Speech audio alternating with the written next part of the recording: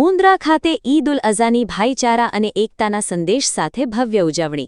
મુન્દ્રા શહેર સહિત આજુબાજુના વિસ્તારોમાં ઈદ ઉલ અઝાનો પવિત્ર તહેવાર ભારે આનંદ ઉત્સાહ અને ભાઈચારા સાથે ઉજવાયો હતો। વહેલી સવારથી જ મુસ્લિમ બિરાદરોમાં તહેવારને લઈને ખાસ ઉત્સાહ જોવા મળ્યો હતો। શહેરની વિવિધ મસ્જિદો તેમજ મુખ્ય ઈદગાહ ખાતે મોટી સંખ્યામાં નમાઝીઓ ઉમટી પડ્યા હતા અને અલ્લાહની બારગાહમાં ખાસ ઇબાદત કરી દેશ અને દુનિયામાં અમન શાંતિ માટે દુઆઓ માંગવામાં આવી હતી। મુન્દ્રામાં ઉમરસા બાપુની ઈદગાહવાળી ખાતે ઈદની વિશેષ નમાઝ અદા કરવામાં આવી હતી। મુન્દ્રા તથા આસપાસના વિસ્તારોની તમામ મસ્જિદોમાં સવારના 7:30 વાગ્યાથી 9 વાગ્યા સુધી અલગ અલગ સમયે ઈદ નમાઝના આયોજન કરવામાં આવ્યા હતા।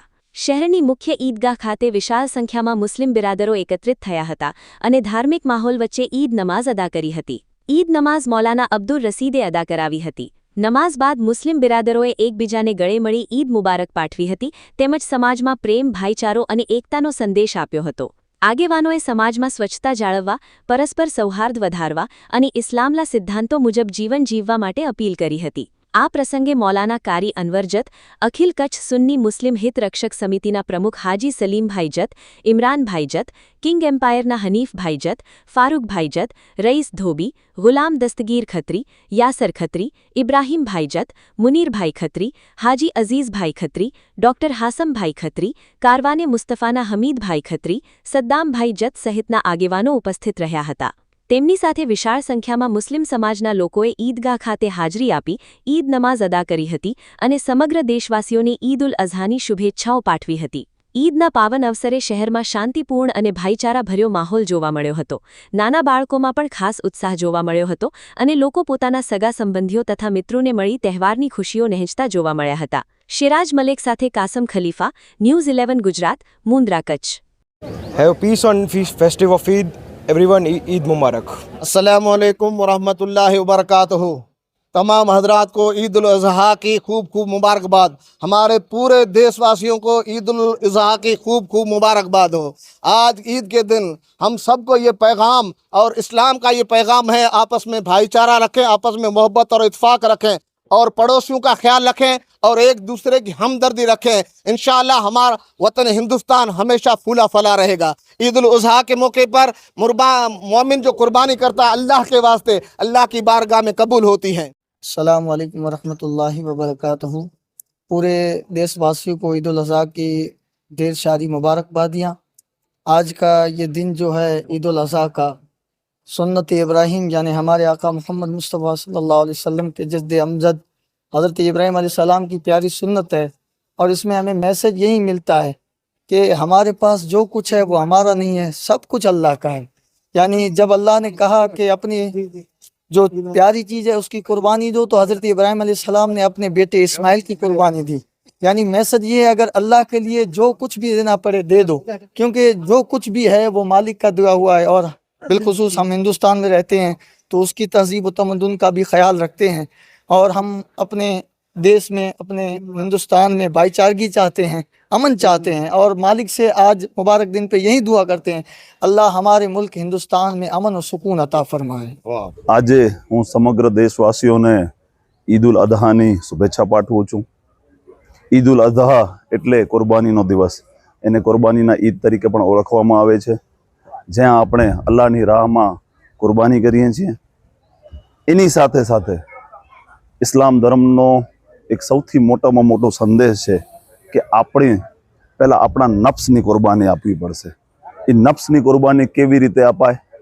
તો આપણે બીજા ઉપર ગુસ્સે થતા હોઈએ, આપણો બીજા સાથે મનમુટાવ હોય, આપણે બીજા સાથે રાગ દ્વેષ હોય, આપણે બીજા સાથે ગુસ્સામાં હોઈએ, આપણે કોઈની સાથે ઉપર અત્યાચાર કરતા હોઈએ, આ બધી વસ્તુઓની કુરબાની આજે આપણે આપવી પડશે અને બધાએ એક દૃઢ નિશ્ચય લેવો જોઈએ કે હું આજથી આ રાગ દ્વેષ નહીં રાખું અને ભાઈચારા અને એકતાની ભાવનાને સૌથી વધારે આપણે પ્રોત્સાહન આપવું જોઈએ।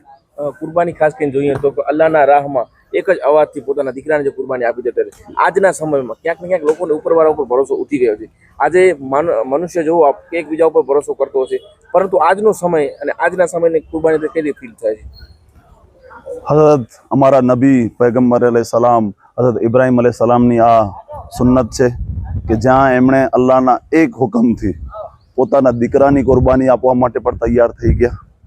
તો ત્યારે આપણે એક વસ્તુની સમજવાની જરૂર છે કે અલ્લાહે જે આપણને જીવન જીવવા માટેનો જે રાસ્તો બતાડ્યો છે હુઝુરે કરીમ સલ્લલ્લાહુ અલૈહિ વસલ્લમના થકી, એ રાસ્તા ઉપર આપણે અગર હાલશું તો સમાજ, દેશ અને આપણા ધર્મ માટે સૌથી વધારે ઉપયોગી થશું. અત્યારે સૌથી વધારે જરૂરત છે દરેક વ્યક્તિને ઇન્સાન બનવાની.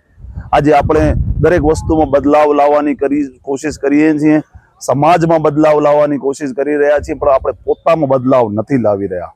આપણે હજી પણ આપણી અંદરના બદલાવ સખત લાવવાની જરૂરત છે.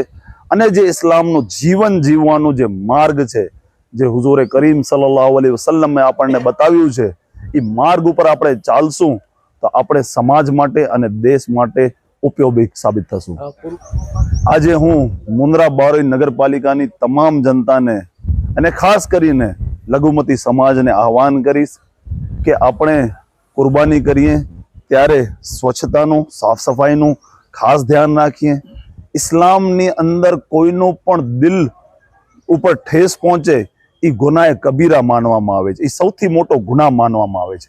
તો આપણે એવી કોઈ પણ હરકત કે કોઈ પણ એવી પ્રવૃત્તિ ન કરીએ જેનાથી આપણે બીજા સમાજનું અથવા બીજા ધર્મનું ધાર્મિક લાગણી ઠેસ પહોંચાડીએ. આપણે દરેક જગ્યાએ જ્યાં જ્યાં પણ કુરબાની થતી હોય ત્યાં આપણે સાફ સફાઈનું ખાસ ધ્યાન રાખીએ. એની અંદર જે કચરો બચતો હોય એના નિકાલ માટેની વ્યવસ્થાઓ આપણે કરવી જોઈએ. અને લઘુમતી સમાજના જેટલા પણ આગેવાનો છે એ આ પ્રત્યે વધારેમાં વધારે હું કચ્છના તમામ મુસ્લિમ સમાજના લોકોને અહીંથી આહવાન પાઠવીશ કે તમે આ સાફ સફાઈના કાર્યક્રમમાં પણ જોડાઓ. અને એક વસ્તુનું ધ્યાન રાખજો કે કુરબાની અલ્લાહની રાહમાં કરવાની છે અને કોઈને દેખાવો નથી કરવાનો અને કોઈની ધાર્મિક લાગણી ઠેસ ન પહોંચે એનું સૌથી વધારે ધ્યાન રાખવામાં આવ્યું છે. હું અત્યારે દેશના તમામ જનતા છે, મુન્દ્રા બારોઈ નગરપાલિકાની તમામ જનતાને હું ઈદ ઉલ અદહાની ઈદ મુબારક પાઠવું છું.